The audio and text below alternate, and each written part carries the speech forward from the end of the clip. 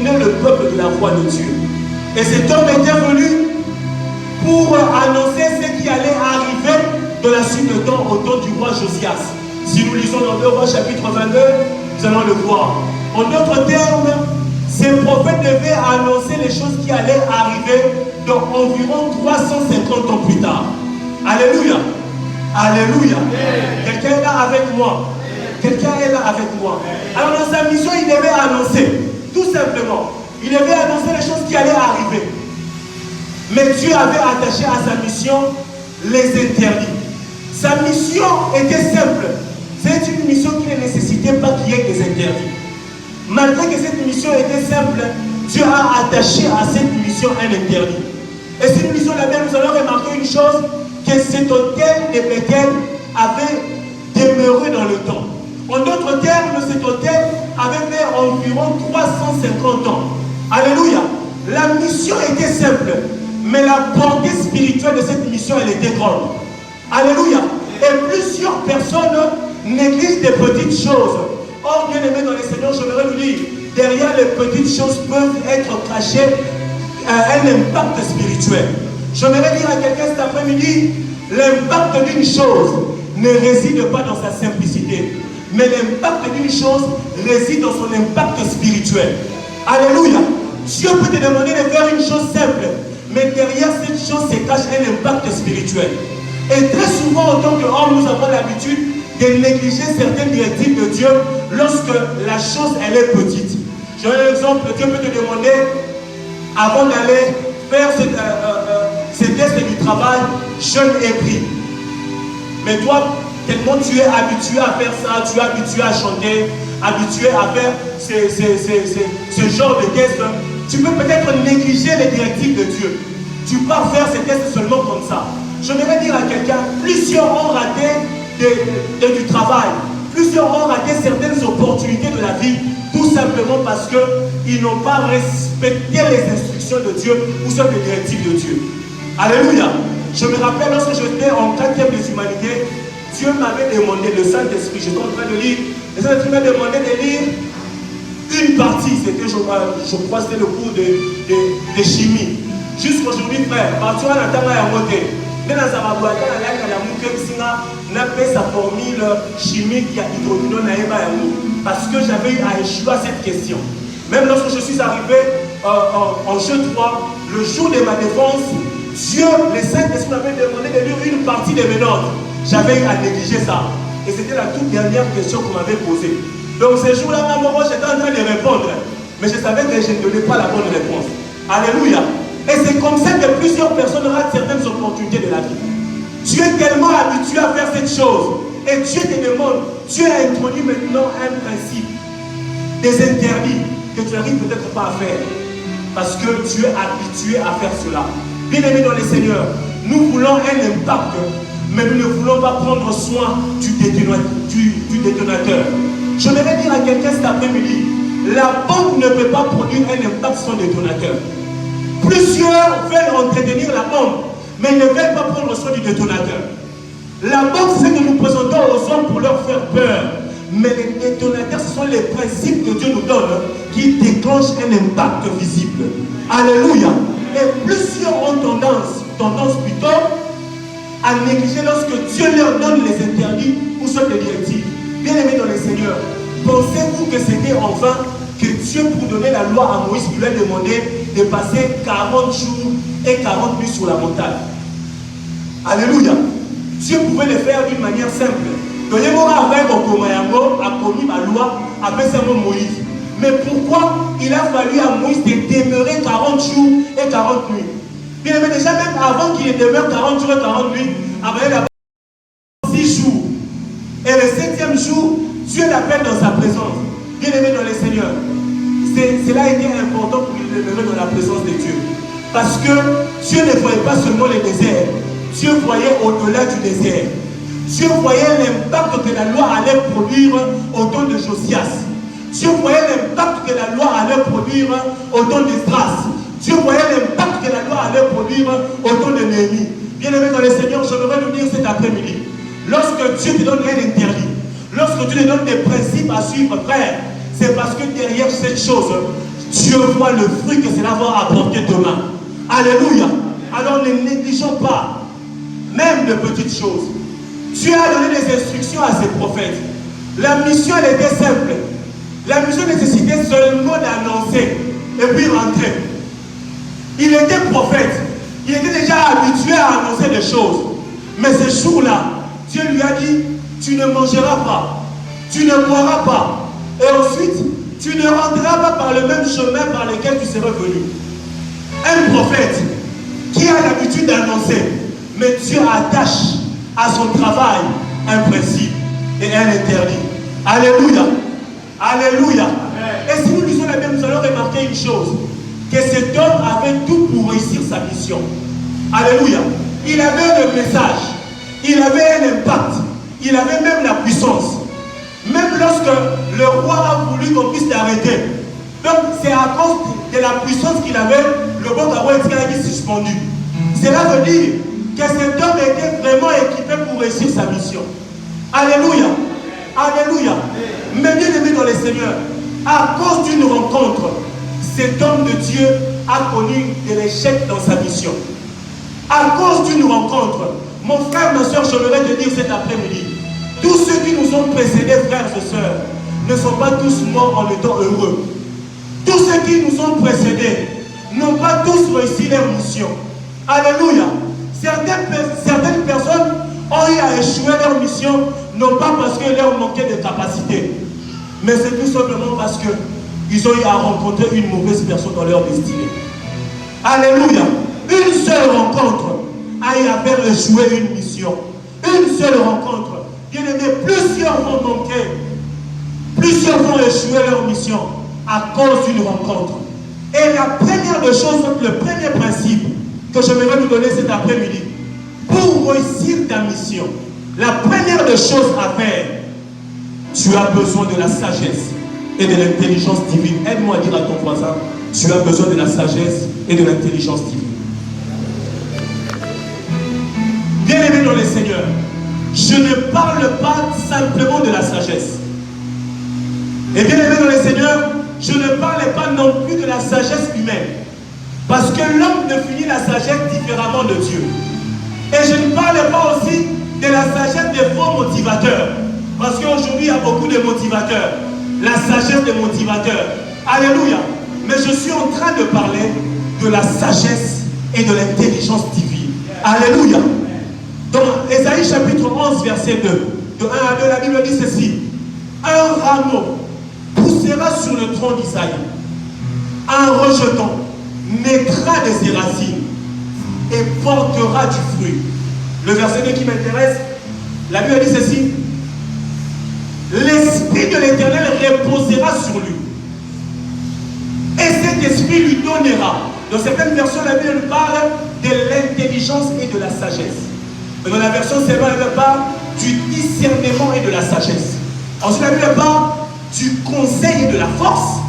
Et il lui fera connaître l'Éternel et s'attachera à lui. Plusieurs commentaires de la Bible, soit plusieurs théologiens parlent de cet esprit de Dieu. Alléluia.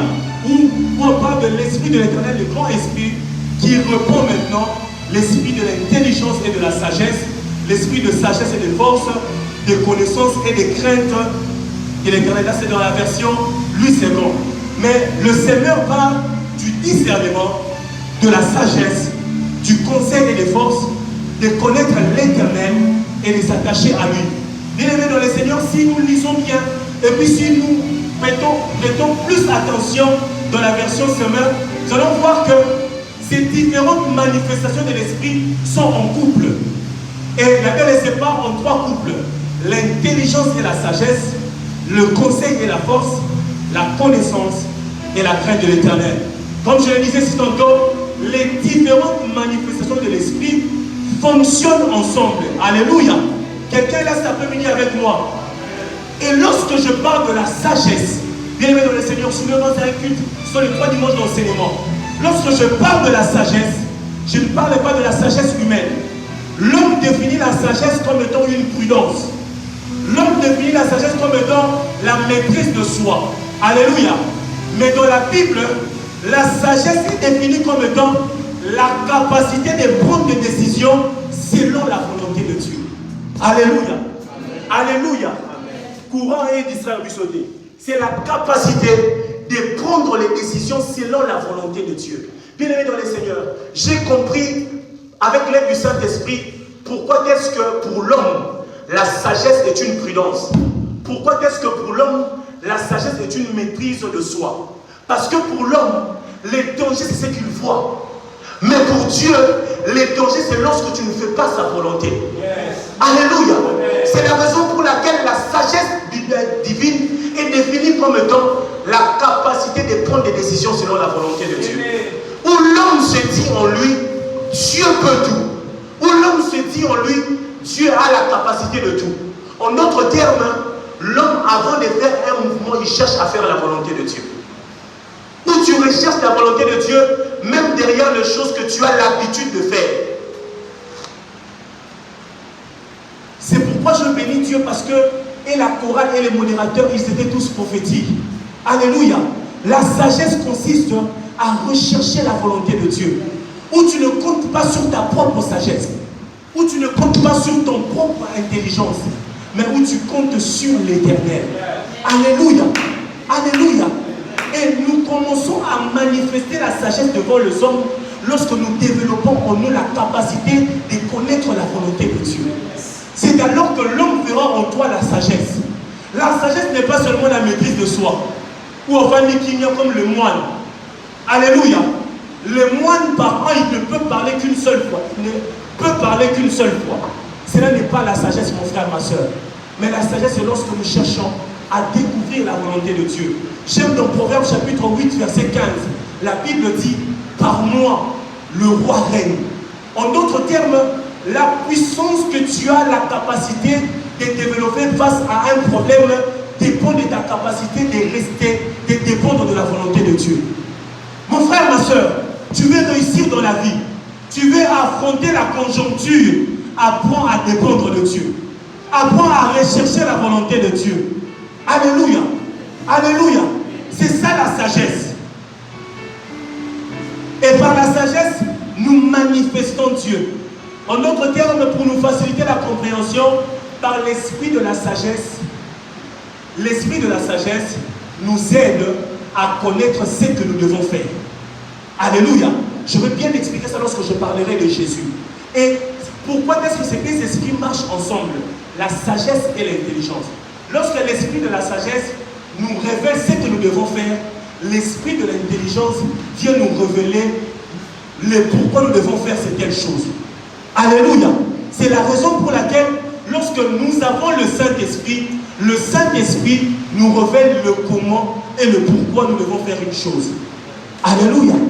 Alléluia. C'est pourquoi avant de citer les manifestations de l'Esprit, la Bible commence d'abord par dire l'Esprit de l'Éternel est sur moi. Et lorsque je parlerai de la sagesse et de l'intelligence, je mettrai beaucoup plus en exergue la personne du Saint-Esprit. Alléluia. Alléluia. Et Jésus-Christ avait l'Esprit de l'Éternel sur lui. Et dans cette prophétie même d'Ésaïe, en fait, Ésaïe faisait allusion à Jésus-Christ.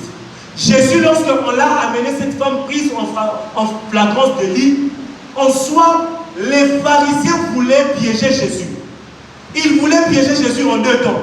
Le clavieriste, est-ce qu'il peut être avec moi? Les pharisiens voulaient piéger Jésus en deux temps. Ils voulaient piéger Jésus face à la loi romaine et ils voulaient piéger Jésus face à la loi juive. Alléluia. Si Jésus avait condamné cette femme prise en flagrance délit, Jésus serait condamnable face à la loi romaine. Parce que la loi romaine disait, seul un fonctionnaire romain qui a la capacité de condamner quelqu'un. Alléluia. Et s'il avait dit de lapider par cette femme, Jésus serait condamné par la loi juive. Parce que la loi juive dit, de telle femme il faut les lapider. Alléluia. Mais c'est parce qu'il avait l'Esprit de l'Éternel en lui. Il était capable de détecter la piège. Pour leur dire, celui qui n'a jamais connu le péché, soit le premier à lapider cette femme. J'aimerais dire à quelqu'un cet après-midi, en cette saison où Dieu veut déclencher dans ta vie, tu as besoin de la sagesse et de l'intelligence divine. Alléluia. Et cet homme de Dieu, Il avait tout, mais il lui manquait la sagesse et l'intelligence divine. Et vous allez même remarquer que la piège que le vieux prophète a eu à utiliser pour les détourner de la volonté de Dieu, c'est tout simplement parce que lui-même, il n'avait pas de sagesse et d'intelligence. Alléluia. Devant le roi, il dit, non, je ne peux pas manger, boire, parce que Dieu m'a dit. Mon frère, ma soeur, attention au Dieu m'a dit. Ça peut te sauver, ça peut aussi te tuer. Il faut la sagesse et l'intelligence divine. Alléluia. Et on a utilisé ces pièges, on a utilisé ces mêmes paroles pour les piéger. Il avait tout, mais il lui manquait la sagesse et l'intelligence divine. Mais malheureusement, notre génération, c'est comme ces jeunes prophètes. Alléluia. Oh, donnez-moi un amen. Amen. Nous avons tout pour réussir notre voyage. Mon frère, cette génération a toutes les grâces. Cette génération a le message. Cette génération a la puissance. Mais il nous manque la sagesse et l'intelligence. Et c'est parmi les choses que nous demandons à Dieu. C'est parmi les dernières des choses que nous demandons à Dieu. L'intelligence et la sagesse. Et si nous lisons la Bible, nous allons nous rendre compte, parmi les détails que la Bible nous donne, le tout premier détail que la Bible nous donne, la Bible nous dit que cet homme venait de Juda pour Bethel sur l'ordre de l'Éternel. Ce n'était pas sur l'ordre d'un homme, non plus sur l'ordre d'un ange, mais c'était sur l'ordre de l'Éternel.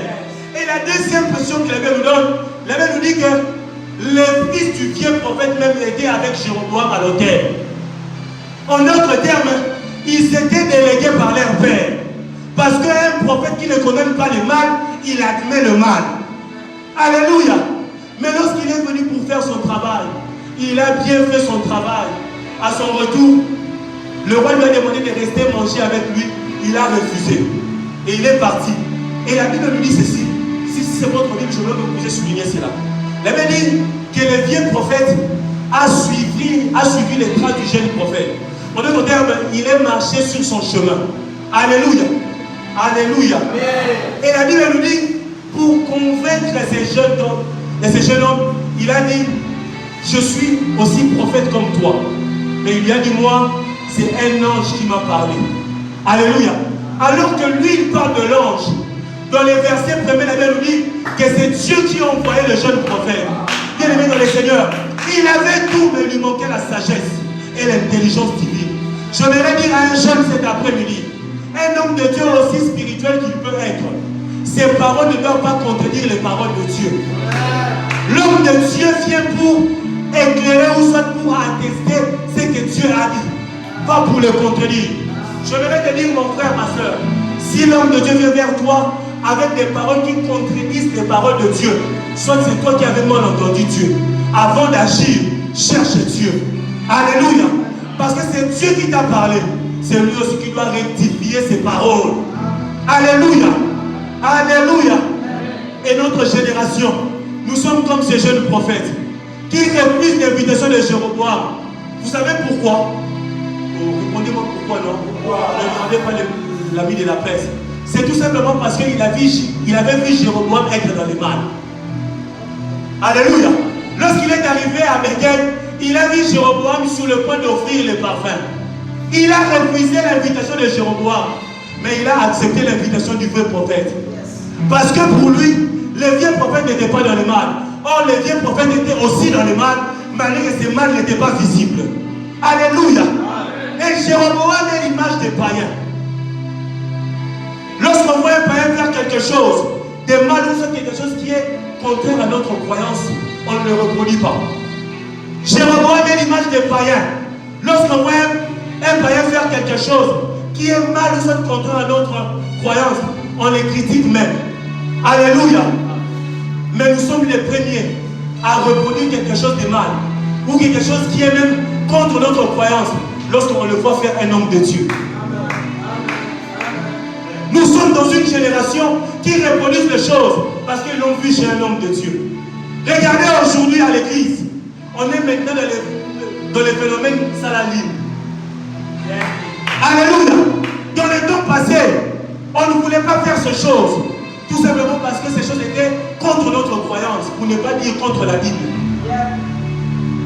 Et aujourd'hui, parce qu'on a vu faire un homme de Dieu, tout le monde s'est aligné. Lorsqu'on le voyait faire les païens, on était les premiers à critiquer. Lorsqu'on le voyait faire les on était les premiers à dire que c'est mal. Mais lorsqu'on a vu faire un homme de Dieu, nous tous nous sommes alignés. Une génération de jeunes prophètes qui a tout pour réussir sa mission, mais qui manque de sagesse et d'intelligence. Et aujourd'hui, il y a encore un autre phénomène qui est sur le point d'entrer à l'église, le phénomène des teintures, l'ennemi de Jéba, où tu ne t'aimes pas toute la tête, toute la barbe, seulement une partie, la sagesse. Alléluia. Une génération où hier, les divorces étaient une honte pour l'église. Et aujourd'hui, les divorces est devenu normal. Et beaucoup de chrétiens même se marient dans l'idée, même ceux qui l'ont décimité, on va divorcer. J'étais très choqué lorsque Miguel Mout a divorcé. Voyez la réaction des chrétiens. Oh non, ceci, cela. Mais lorsqu'elle s'est dit à l'église, on n'arrivait même pas à parler. Lorsqu'il y a eu le mariage, au lieu de parler du remariage, on parle de la discrétion. Une chose contraire. Alléluia. Une génération de jeunes prophètes. Où plusieurs veulent tester dans le mariage. Sur les similitudes. J'ai vu une fille qui a divorcé après 1 mois de mariage. Alléluia. Et nombreux aussi aujourd'hui. Vous avez abandonné de la bière, de l'alcool hier. Mais aujourd'hui, vous avez repris avec le vin. Parce que c'est l'alcool des chrétiens. C'est l'alcool de l'église. Un peu de vin. Comme Timothée. Et certaines choses sont entrées dans l'église, mon frère. Certaines choses sont entrées au milieu de nous. Si certaines choses n'étaient pas entrées au milieu de nous, on n'allait pas se rendre compte de certains détails de la Bible. Frère, vous savez aujourd'hui pourquoi on a su que la Bible parle de l'infidélité pour admettre les divorces? Parce que les divorces étaient entrés à l'église. Si les divorces n'étaient pas entrés à l'église, papa présent que notre est à côté. Et plusieurs aujourd'hui sont dans les précisions pour leur défense. Dans les précisions, oui, pour leur défense. Donc, frère, au niveau de ma Bible, au niveau de ma bière, frère, pour moi la Bible, totalement. Mais si c'est pour la bénédiction, personne n'est dans les détails. Bénédiction, c'est la lingi. Mais si c'est pour notre défense, frère, la Bible est l'eau. Parce que le mal est entré à l'église. Alléluia. Et certaines personnes aujourd'hui, nous sommes devenus les produits des hommes au lieu d'être les produits de Dieu. Nous imitons les hommes parce que c'est un homme de Dieu qui a imité même lorsque les choses sont contraires à notre foi, à notre croyance, pour ne pas lire la Bible. Alléluia. Nous sommes là pour la discussion basale. Pour ne pas dire la Bible contre notre croyance. Et certaines personnes aujourd'hui justifient même leurs choses. Tu étais à qui ici? Ligne de mon ami qui lit. Non, c'est la culture. Frère, quelle culture? Quelle culture? Mon frère, ma soeur, ce n'est pas parce que tu es dans une relation avec un homme de Dieu ou avec une servante de Dieu, c'est que lorsque vous tombez, Dieu va vous comprendre. Frère, vous n'êtes pas le mangeur d'homme de Dieu. Vous n'êtes pas le mangeur d'homme de Dieu. Même si tu es avec un chrétien, un homme de Dieu, une servante de Dieu, vous tombez, c'est un péché. Alléluia. Et aujourd'hui, beaucoup de gens, nous commençons à recopier les gens. Frère, à force de recopier les gens, tu vas tomber dans les pièges du diable. Tu vas tomber dans les pièges du diable. Les pharisiens étaient venus piéger Jésus, comme le vieux prophète était venu piéger le jeune homme. Et plusieurs aujourd'hui tomberont dans les pièges du diable, tout simplement parce que vous avez cherché à recopier quelqu'un. On n'est plus de copieurs de Dieu. On ne cherche plus à reproduire ce que Dieu a fait. Nous cherchons maintenant à reproduire ce que les hommes font. Ce n'est pas toute rencontre, mon frère, ma soeur, qui t'apportera le bonheur. Certaines personnes viendront pour détruire ta vie. Alors sois sage et sois intelligent. Alléluia. Nous sommes dans une génération qui aime la foule. Une génération qui aime les gens. C'est ça le mal avec nous. Même Jésus lui-même, il fouillait la foule. Mais toi, tu veux seulement que les gens entrent dans ta vie, frère. Même Jésus fouillait la foule. Et aujourd'hui à l'église, nous aimons les gens qui viennent nous parler toujours des autres. Nous aimons des gens qui viennent toujours critiquer les autres. Mon frère, ma soeur, certaines personnes peuvent venir dans ta vie. Tu penses qu'il est en train de t'aimer. Or, il cherche à détruire ta vie. À cause d'une rencontre. C'est cet homme de Dieu a connu de l'échec dans sa mission. Une rencontre peut compromettre ta mission. Surtout nous aimons ceux-là qui viennent toujours nous parler des autres. Ce n'est pas parce qu'une personne te parle de sa vie que cette personne t'aime. Non. L'apôtre Paul dit en Galates, ces hommes cherchent à vous détourner de moi. Ils ne cherchent pas votre bien. Mon frère, toi qui prêtes ton oreille à tout le monde, ce n'est pas tout le monde qui cherchera ton bonheur. Alléluia. Alléluia. Nous acceptons tout le monde. Donc, une génération de gens qui aiment la foule. Nous voulons toujours avoir les gens derrière nous. Je vais dire à une soeur cet après-midi, ma soeur, ce n'est pas tout homme qui viendra dans ta vie avec l'idée de t'aimer, soit avec l'idée de t'apporter du bonheur. Alléluia. Alléluia. Ma soeur, les Amnon viendront dans ta vie. Alors Tamar, sois sage. Dans 2 Rois chapitre 13, la Bible nous parle d'Amnon et de Tamar. La Bible dit qu'Amnon aima sa demi-sœur Tamar. Mais si vous lisez bien la Bible, vous allez vous rendre compte d'une chose. La Bible donne une précision, la Bible dit c'est parce que Tamar était vierge. En d'autres termes, il aima sa sœur pour une raison. Il aima sa sœur pour une raison. Mon frère, ma soeur, je devrais te dire une chose. Sois sage et intelligent. Amnon avait confondu les sentiments avec l'amour. Ce n'était pas de l'amour, c'était du sentiment. Et lorsque les sentiments viennent avec l'amour, une relation ne dure pas. Alléluia. Il avait les sentiments, mais il n'avait pas d'amour. Certaines personnes qui viennent dans vos vies, ce n'est pas qu'ils vous aiment. Ils ont seulement un certain sentiment, mais qui seront aussi passagers. Lorsque les sentiments viennent avec l'amour, la relation ne dure pas. Retenez ça pour la vie. Alléluia. Il aima sa soeur, mais lorsqu'il avait seulement pris ce qu'il avait voulu, la Bible dit que même Tamar là, Moudia Linaki, avant même qu'on dégoûtait. Et ma soeur, certaines personnes viendront dans ta vie avec les sourires, les belles paroles, mais dans le but de recevoir, de tirer de toi quelque chose de précieux. Alléluia. Moutoumoussa Oyara après le bolo bonheur. Moutoumoussa Oyara après le bolo qui n'y a pas un voyage réussi. Alléluia. Frère, ma soeur, lorsqu'une personne vient te voler seulement la confiance, tu sais que tu as déjà échoué à 50% de ton voyage. La seule différence c'est au coup finité. Parce que lorsque les personnes que Dieu a destinées pour toi viendront, tu auras du mal à leur ouvrir la porte de ton cœur. Tu risques même de passer à côté de certaines personnes que Dieu a destinées pour toi. Est-ce que je parle à quelqu'un? Soyons prudents, soyons sages. Alléluia. Et certaines personnes, certains cœurs ont été brisés par manque de sagesse et d'intelligence. Plusieurs aujourd'hui, tout le monde en ouvre les cœurs. Donc, on met sur le roi d'un réservoir à moto. Le réservoir à moto, clénion sur le fumolère. Je vais donner un jour la station à Gambela. Tu as sur ma moto, tu as sur ma carburant, tu as moto, tu n'as pas dit clé. Mais c'est ce que tu as sur ma carburant de la visée là. Assez une clé là, tu as pas clé là. Même clé à la cata. Et voilà 3 motos. Et aujourd'hui, tu vas avoir un réservoir à moto. Toute personne qui se présentera dans ta vie avec un beau sourire, tu l'ouvres la porte de ton cœur. Il faut être sage et intelligent. La sagesse et l'intelligence. Alléluia. Mon frère, certaines personnes viendront aussi dans ta vie comme Delila. Sois sage. Ils viendront avec le but d'éteindre ta lumière. Alléluia. Alléluia. Aujourd'hui, les frères vont pénaliser à poteau vide sans garder.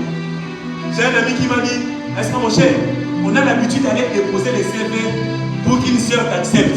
Est-ce que on a mis polo, non, ce n'est pas lettre de recommandation.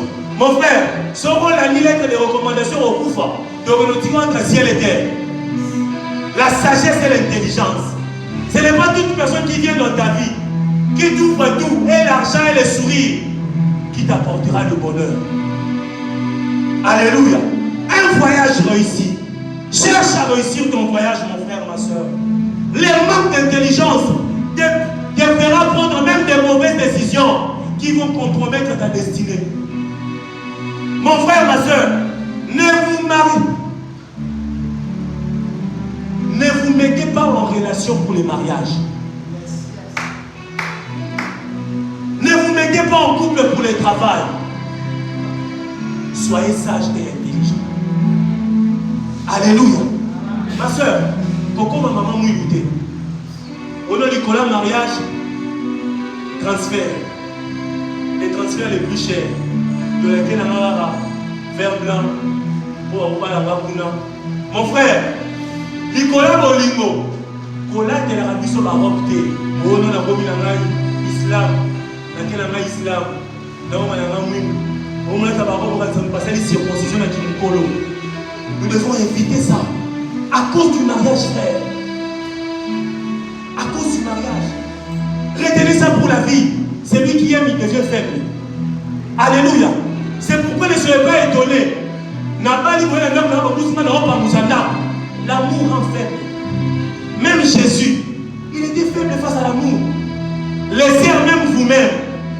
Quelqu'un qui te dit que tu es la plus belle fille du monde, mais on t'a pas passeport, on dit l'amour.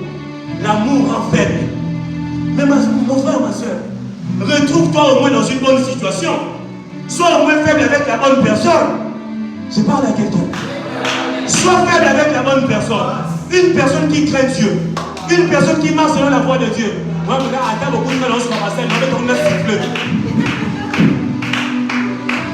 Alléluia. Je vais dire à un frère cet après-midi. Un Moïse qui ne marie pas la fille d'un prêtre va mourir. Alléluia. Parce que la fille d'un prêtre a la connaissance des réalités spirituelles. Elle n'était pas juive, mais elle avait la connaissance du monde spirituel. Et lorsque Dieu a voulu tuer Moïse, c'est Séphora qui a sauvé Moïse. Mon frère, ne te marie pas parce que c'est une top modèle, mais marie-toi parce qu'elle craint l'Éternel. Alléluia. Ne connais ici au coup le rôle en beaucoup. Aie pitié de ta vie. Beaucoup de frères ici, vous avez moins de 28 ans. Mais si on regarde vos cœurs, vous avez l'exception du thème à la bino et les clients en ont permis depuis les années 80. Arata Bambongo. Normalement, vraiment, à Zolé là. Et Minerva la Janine, et qui a permis. Mon thème et les clients d'exception à Parada. Tout simplement parce que tu veux une top modèle. Ma soeur, mon frère, les sacrificateurs se marient entre eux. Les sacrificateurs se marient entre eux. Zacharie était de Lévi, Élisabeth était d'où? Répondez-moi non. Elle était d'où? Les sacrificateurs se marient entre eux. Mon frère, marie-toi avec quelqu'un lorsque tu passeras par des temps difficiles qui sera capable de te soutenir spirituellement. À l'église, il y a aussi des très belles filles. À l'église, il y a aussi des... J'en parlerai le dimanche prochain. À l'église, il y a aussi des top modèles. Top modèles à l'eau. Alléluia. Le Père de l'Émoi est bon, amen. Alléluia. Ayez pitié de vos vies. Ma soeur ne se marie pas avec tout le monde. Laissez, vous êtes là. Oh, je ne vous entends pas. Les sœurs, est-ce que vous êtes là? Ma soeur, ne te marie pas avec tout le monde. Marie-toi avec un Zacharie. Quelqu'un avec qui, même si vous n'avez pas d'enfant, il n'ira pas tester ailleurs, mais il sera dans le service de Dieu. Même si les choses ne marchent pas, il sera dans le service de Dieu. Zacharie et Élisabeth n'ont pas eu chance parce qu'Élisabeth était dans le service de Dieu. Non, mais c'était parce que Zacharie était dans le champ de Dieu. Les choses ne marchaient pas, mais Zacharie était dans le service. Mon frère, ma soeur, cherche quelqu'un qui va t'apporter le bonheur et non le stress. Quelqu'un qui va te réveiller lorsque vous passerez par les temps de tempête pour réveiller ensemble Jésus. Nous sommes dit que nous sommes dans l'église. Nous sommes dit que nous sommes là. Nous sommes habillés à la ça m'a compliqué. Dans nous sommes là, ça va finalement. Nous avons. Soyons sages et intelligents. Alléluia. Le manque de sagesse et d'intelligence te donnera une vision des insensés. Aide-moi à dire à ton voisin une vision des insensés. Aujourd'hui, plusieurs personnes de l'œuvre de Dieu à l'église, ils veulent avoir une vie privée. Non, ils contrôler ma casse. Je vais avoir une vie privée. Ce n'est pas la vie privée que la personne recherche où on contrôle sa vie. Non, c'est une vie privée parce que elle veut, ou soit il veut être comme tout le monde. Il veut faire les choses du monde. Il veut ramener le monde à l'église. Mon frère, ma soeur, j'aimerais te dire, c'est le prophète qui était venu de Juda vers Bethel. Il était venu en privé. Mais sa désobéissance a rendu son cadavre public. Ma soeur, toi qui veux être comme tout le monde, mon frère, toi qui veux être comme tout le monde, fais attention. La Bible nous dit ceci. Le lion a tué le jeune prophète, mais le lion a laissé l'âne. Et le lion a laissé les gens passer. En d'autres termes, le mal qui peut arriver en commettant un mal n'arrivera pas forcément à tout le monde. Tu veux être comme tout le monde, mais le mal qui va t'arriver n'arrivera pas forcément à tout le monde. Je me rappelle d'un jeune frère qui est mort. Juste quelques temps après sa mort, je l'ai vu dans une vision. Il était en train de pleurer. Ce jeune homme, ce jeune frère, il était dans le Seigneur et il s'est détourné de la voie du Seigneur. On a plusieurs fois voulu le ramener sur la voie, mais il ne voulait pas entendre. Et après un temps, j'ai fait un rêve où je le voyais. Dans le rêve, même moi-même, j'ai pleuré. Je me suis relevé ce jour-là avec de larmes aux yeux. Et par là, le Saint-Esprit m'a dit, ce n'est pas tout le monde qui meurt en étant heureux. Mon frère, ma soeur, le mal qui peut t'arriver n'arrivera pas forcément aux autres. On m'a parlé d'une histoire d'un frère qui s'était sanctifié presque durant toute sa vie, qui recherchait une femme à épouser, mais qui ne trouvait pas. C'était quelqu'un qui travaillait, qui avait beaucoup d'argent, qui avait de l'argent. Et un jour, elle est tombée sur une fille qui était faible. Et il a voulu aussi être comme tout le monde. Cette nuit-là, il avait dit, je veux essayer seulement pour la première fois. Et la première fois, c'était la seule fois où il avait fait. Et c'était la dernière fois qu'il a eu à faire ça aussi dans sa vie. La fille, elle était atteinte du VIH. Et c'était la seule nuit où le frère le faisait pour la première fois. Et c'était la seule nuit où il avait attrapé la maladie. Mon frère, ma soeur, lorsque je parle d'un voyage réussi, je suis en train de faire allusion à tout ce danger afin de nous montrer un chemin à suivre. Alléluia. La sagesse et l'intelligence. Tu n'es pas appelé à être comme tout le monde. Dieu t'a donné une destinée particulière. Tu dois marcher aussi d'une manière particulière. Je vais dire à quelqu'un ce soir pour finir, ne renonce pas à ton voyage pour les choses secondaires. Je vais dire à quelqu'un cet après-midi, ne retourne pas aux choses auxquelles tu t'étais détourné. Je vais dire à quelqu'un cet après-midi, même si les gens autour de toi le font, toi ne le fais pas. Je vais dire à quelqu'un cet après-midi, ne cherche pas à compromettre ton voyage à cause d'un plaisir présent mais passager. Alléluia. Et je voudrais te dire, le même Dieu qui t'a envoyé sur la terre est le même qui a la capacité de t'aider afin de marcher sur la bonne voie. Mon frère, si tu veux réussir ta mission, si tu veux réussir ton voyage, tu as besoin du Saint-Esprit. Tu as besoin du Saint-Esprit. Le Saint-Esprit t'accordera la sagesse. Le Saint-Esprit te donnera l'intelligence. Nous avons besoin du Saint-Esprit. Le problème avec nous, nous cherchons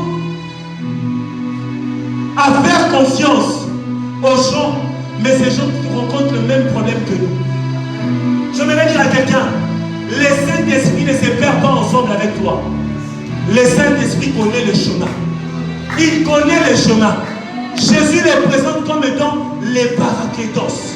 Un paraclet est une aide. Un paraclet est un guide. Pourquoi il est un guide? Parce qu'il connaît le chemin que Dieu a tracé pour toi. Le chemin de ton voyage, le Saint-Esprit le connaît.